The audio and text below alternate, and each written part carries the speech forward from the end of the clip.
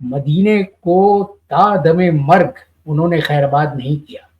اور اس خیر 8 ہجری میں مکہ فتح بھی ہو گیا, مکے کو فتح کر لیا. اب اگر وہ چاہتے ادھر تو جا سکتے تھے. اپنے وہیں بس جاتے, لیکن رسول نے صلی اللہ. یہ ہمارے لیے یہ مثال قائم کی کہ واپس مدینے کے تشریف لے گئے اور وہیں آپ کا وصال ہوا. تو واہ.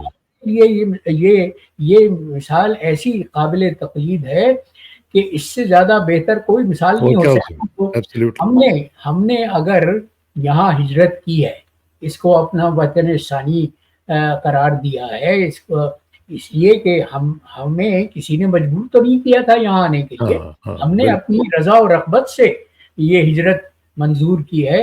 اس لیے کہ ہم یہ سمجھتے ہیں کہ ہمارے لیے زیادہ بہتر مواقع ہوں گے یہاں, اور ہم سے بڑھ کر ہمارے بچوں کے لیے, ہمارے آنے والی نسل کے لیے یہاں روشن اور درخشاں مستقبل کی ضمانت فراہم ہوتی ہے. تو اس وطن ثانی کو دیار غیر سمجھنا, میں سمجھتا ہوں کہ بہت زیادتی ہے اس وطن کے ساتھ بھی اور اپنے ساتھ بھی. اپنے ساتھ بھی, یہ صحیح بات ہے, بالکل صحیح فرما رہے ہیں آپ. اور خاص طور پہ جہاں پہ بھی ہم رہتے ہیں وہاں پہ ہمارا یہ فرض ہے کہ ہم اپنے لیے بھی اور اپنے بچوں کے لیے بھی ایک ایسا ماحول کریٹ کریں جس میں اللہ اور اس کے رسول صلی اللہ علیہ وسلم کے ساتھ محبت اور عشق کا جو ایک جذبہ ہے وہ بھی قائم رہے. اور خاص طور پہ جس طرح وہ اقبال نے کہا نا کہ شوق تیرا اگر نہ ہو میری نماز کا امام, میرا قیام بھی حجاب, میرا سجود بھی حجاب. اور کسانہ صاحب, میں یہ بھی کہنا چاہوں گا کہ دیکھیے, یہ جو ہمارے رسول کی احادیث ہیں کہ قیامت سے پہلے پوری دنیا میں اسلام کی روشنی پھیل جائے گی, تو ہمیں تو یہ مثبت سوچ رکھنی چاہیے کہ ہم جو یہاں آئے ہیں, ہم اپنے کردار سے, اپنے عمل سے وہ اس مغربی تصور کو مفقود کرنے کی کوشش کریں جو چرچ نے 1000 سال پہلے سے پھیلائی ہوئی ہے. وہ جو یہاں پر کروسیڈ سنڈروم ہے مغربی دنیا میں, کہ وہ جو صلیبی جنگیں جو جس مفروضے کی بنیاد پہ شروع ہوئی تھی وہی آج تک مغربی دنیا کی سوچ پر حاوی ہے. تو ہمارے لیے تو یہ سنہرا موقع ہے کہ ہم اپنے عمل سے, اپنے کردار سے دنیا کو دکھائیں, مغربی دنیا کو دکھائیں, وہ جو اسلام کے متعلق غلط تصورات رکھتی ہے اس کو دکھائیں کہ مسلمان ہوتے کیسے ہیں, مسلمان, سچا مسلمان کس طرح سے ہوتا ہے. اور یہ بھی فکر ہونی چاہیے ہمیں کہ ہم اپنے بچوں کو ترغیب دیں کہ وہ یہاں سیاست کے دھارے میں شامل ہونے کی کوشش کریں. ہمارے لیے سکھ برادری کی مثال ہے کہ انہوں نے قلیل تعداد ہونے کے باوجود اپنے لیے یہاں کی سیاست میں کس طرح سے مقام بنایا. بے شک کوئی شک نہیں اس میں, بالکل آپ صحیح فرما رہے ہیں. اچھا جی, آپ ذرا آتے ہیں فلڈز کی طرف, تھوڑا سا میں چاہوں گا اس پہ بھی آپ ذرا تھوڑا سا ہمیں بتائیں.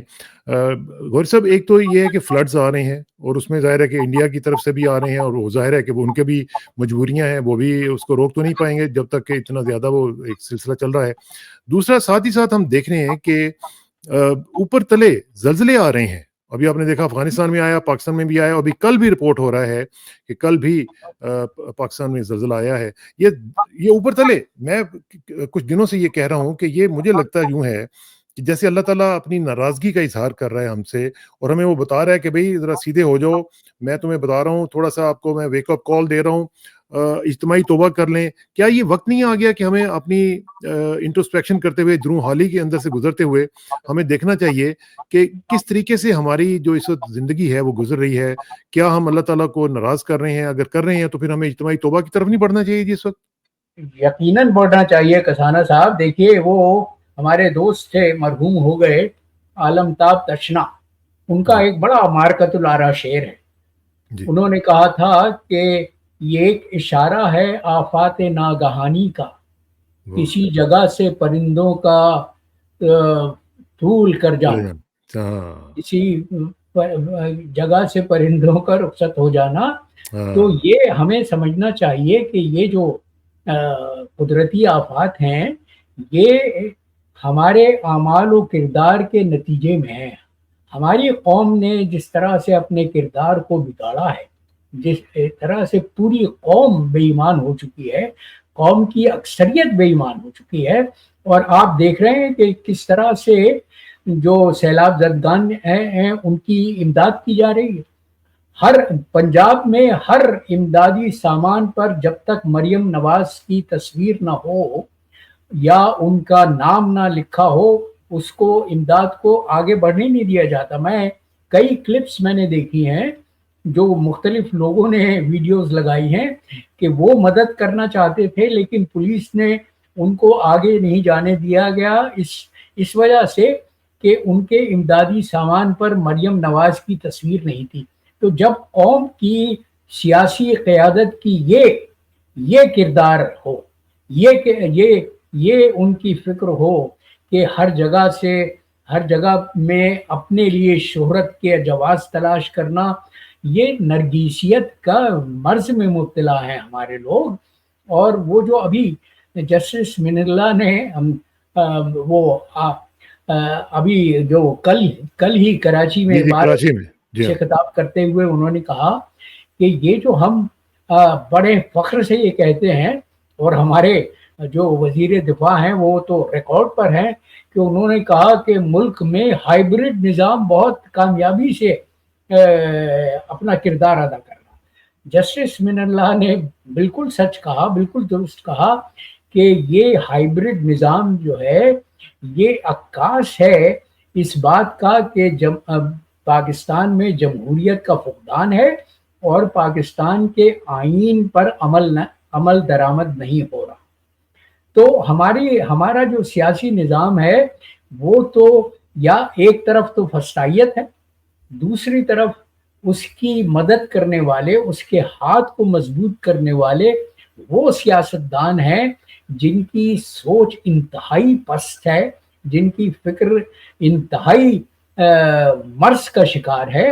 وہ ہر جگہ اپنے لیے پبلسٹی کے، اپنے اشتہار کے، وہ جو کہا جاتا تھا نا وہ کراچی میں کہ کمپنی کی مشہوری کے لیے، تو کمپنی کی مشہوری کے لیے جب کام ہوگا تو اسی طرح سے ہوگا۔ اور یہ جو سیلاب آئے ہیں یہ اس منصوبہ بندی کا فقدان ہونے کی علامت ہے کہ ہم نے یہ کوئی پہلا سانحہ نہیں ہے، یہ کوئی پہلا سیلاب نہیں آیا پاکستان میں۔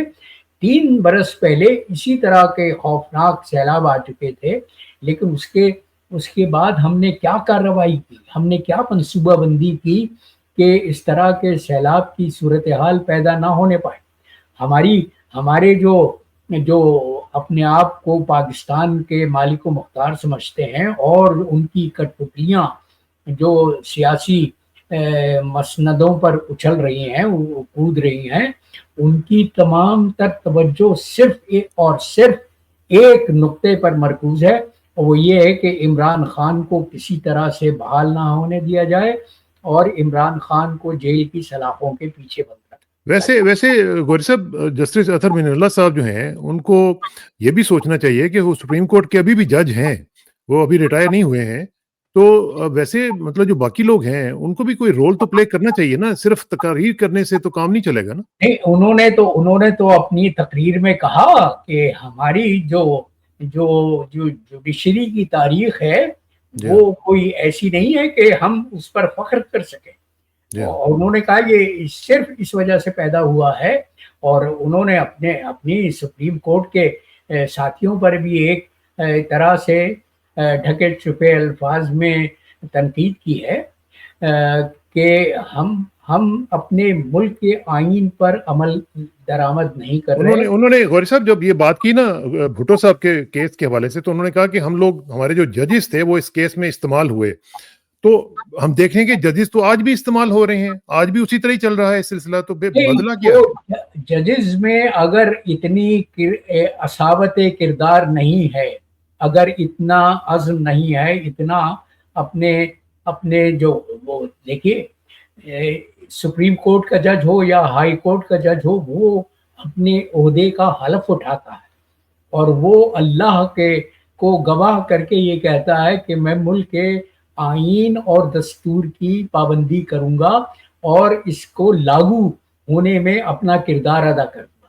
اگر وہ سپریم کورٹ کا یا ہائی کورٹ کا جج اپنے اس حلف کو بھلا کے، فراموش کر کے، اگر وہ اپنے فیصلوں میں وہ ان کی رضا کو شامل کرے، ان کی رضا کے مطابق فیصلہ کرے جو پاکستان کے آئین کی صریحاً خلاف ورزی کرتے رہیں. دیکھیے یہ ہمارے جرنیل ہی ہیں نا جنہوں نے پاکستان کی تاریخ میں المناک حادثات کیے ہیں. پاکستان 2 لخت کیوں ہوا؟ انہی کی وجہ سے. اور بجائے اس کے کہ یہ اپنا احتساب کرتے، اپنے گریبان میں جھانکتے، شرمندہ ہوتے اپنے اس کردار پر. وہ جو تاریخ ہم نے 1971 میں سقوط ڈھاکہ پر رقم کی ہے، وہ کوئی ایسی تاریخ نہیں ہے جس پر فخر کیا جائے، جس کو فراموش کر دیا جائے.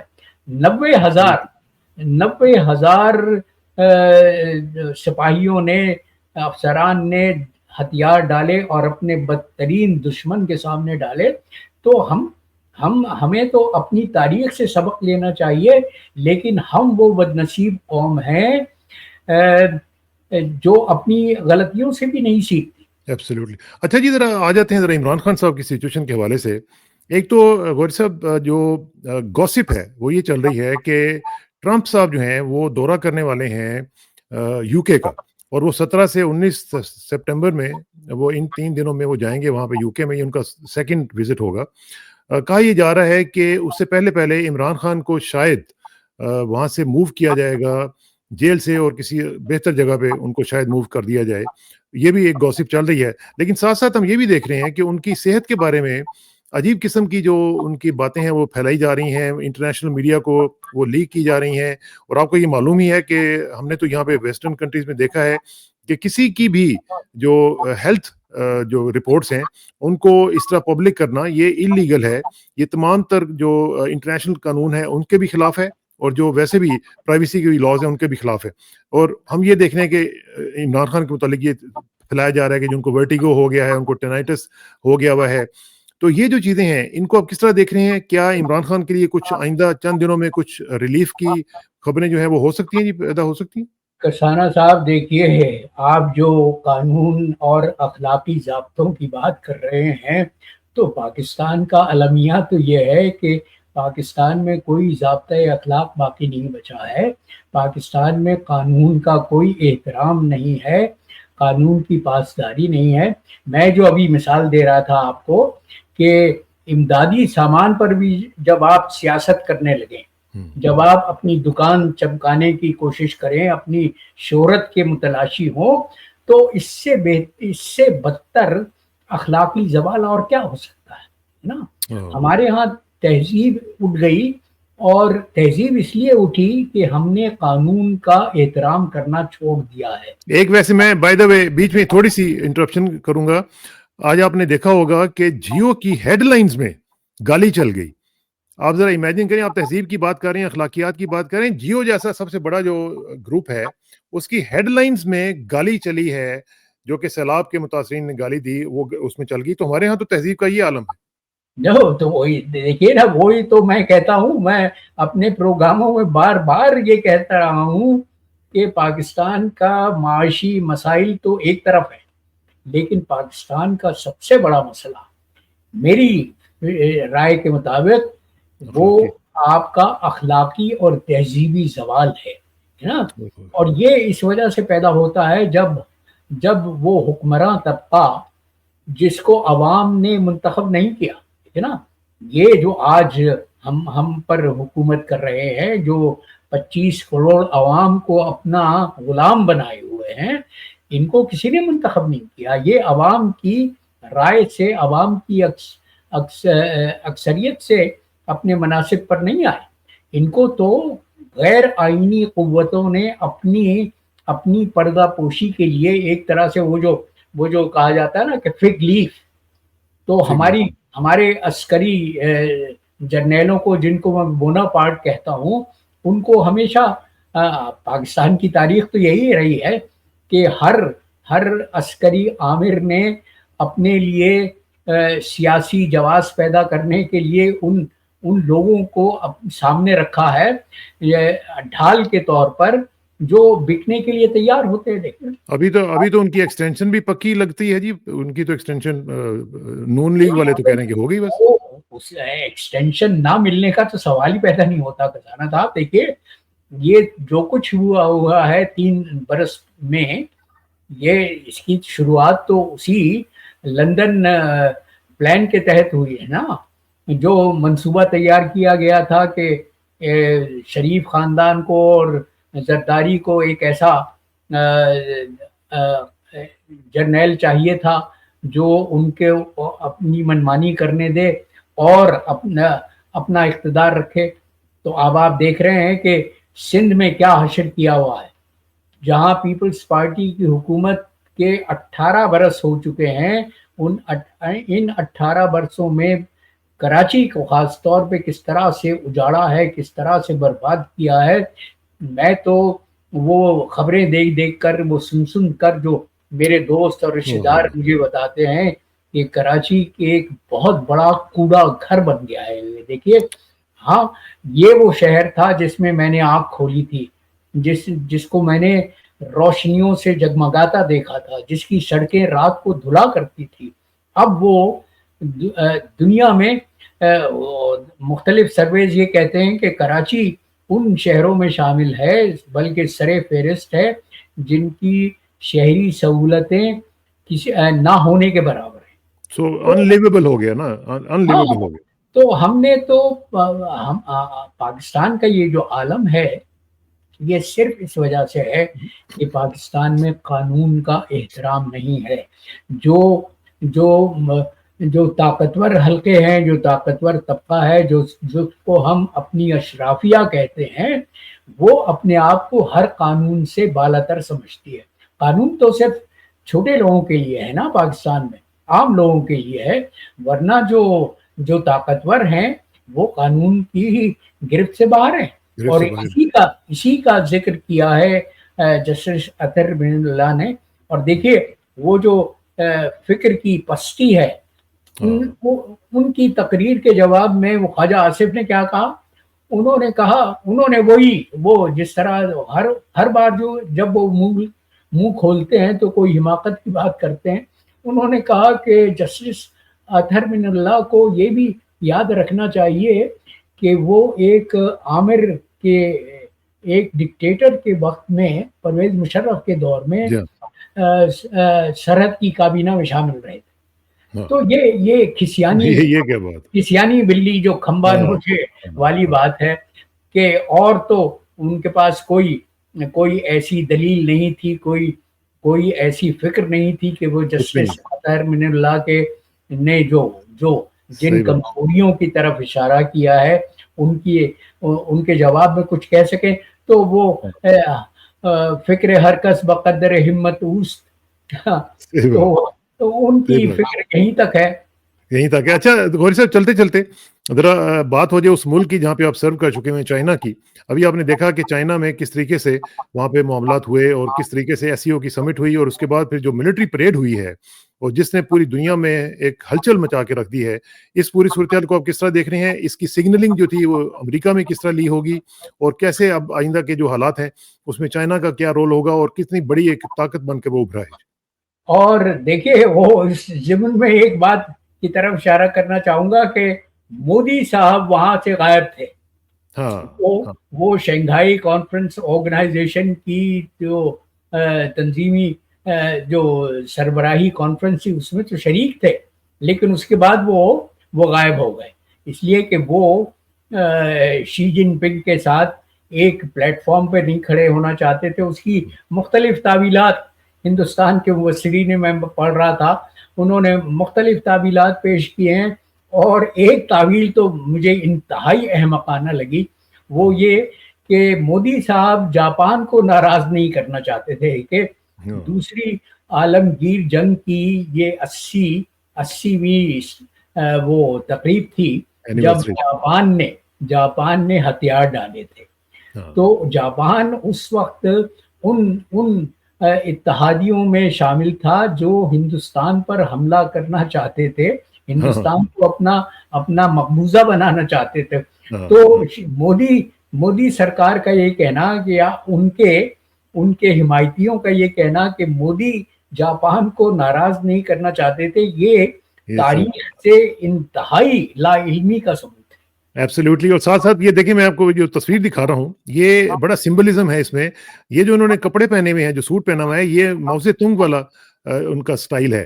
یہ انہوں نے وہ والا پہنا ہوا ہے, اور یہ اس میں وہ بتا رہے ہیں کہ وہ ماؤ زے تونگ کی جو لیگیسی ہے اس کو کنٹینیو کریں گے آگے بھی, اور اس کو آگے لے کے چلیں گے. حالانکہ ان کی اچیومنٹس جو ہیں وہ بہت بڑی ہیں میرا خیال ہے, لیکن پھر بھی انہوں نے ماؤ زے تونگ کو آگے رکھا. کسانہ صاحب, زندہ قوموں کا کردار یہ ہوتا ہے کہ وہ محسن کش نہیں ہوتی, وہ احسان فراموش نہیں ہوتی. ہم نے تو اپنے بابائے قوم کی لیگیسی کو, ان کی وراثت کو جس طرح سے ناکام کیا ہے, جس طرح سے فراموش کیا ہے, اس کی تو مثال دنیا کی تاریخ میں ملنی مشکل ہے. ہم نے تو بابائے قوم نے جو ملک ہمیں دیا تھا اس کو 25 برس بھی ایک ساتھ نہیں چلنے دیا. 24 برس کے اندر ہم نے اپنے مشرقی بازو کو الگ کر کے رکھ دیا. وہ جو میں بار بار کہتا ہوں کہ دنیا کی تاریخ میں پہلی مثال ہے کہ اکثریتی آبادی نے علیحدہ ہونا پسند کیا, اور انہوں نے علیحدہ ہونا پسند یوں کیا کہ اقلیت نے ان کے لیے حالات اتنے سنگین کر دیے تھے, اتنا ماحول کو خراب کر دیا تھا کہ انہوں نے تنگ آ کے کہا کہ خدا کے لیے ہمیں چھوڑ دو, تم اپنی راہ لگو, ہم اپنی راہ جاتے ہیں. تو ہم نے تو اپنے بابائے قوم کی جو وراثت کے ساتھ جو غلطیاں کی ہیں, جو جرائم کی ہیں, غلطیاں نہیں بلکہ جرائم ہیں, اس پر تو ہمیں اپنے گریبان میں منہ ڈالنا چاہیے, اب شرمندگی کا اظہار کرنا چاہیے. لیکن ہم تو بڑے فخر سے یہ کہتے ہیں کہ ہمارے جو اشرافیہ ہے وہ تو یہ کہتی ہے کہ مشرقی پاکستان ہم پر ایک بوجھ تھا, تو ہمیں اس بوجھ سے اپنے آپ کو صحیح بات ہے. بڑی بڑی بد نصیبی کی بات ہے. قوم فروختن دو چیر دم فروختن. بہت بہت شکریہ غوری صاحب, انشاءاللہ آپ سے رابطہ رہے گا اور جلدی ملاقات ہوگی. Thank you very much for your time. السلام علیکم. خدا حافظ.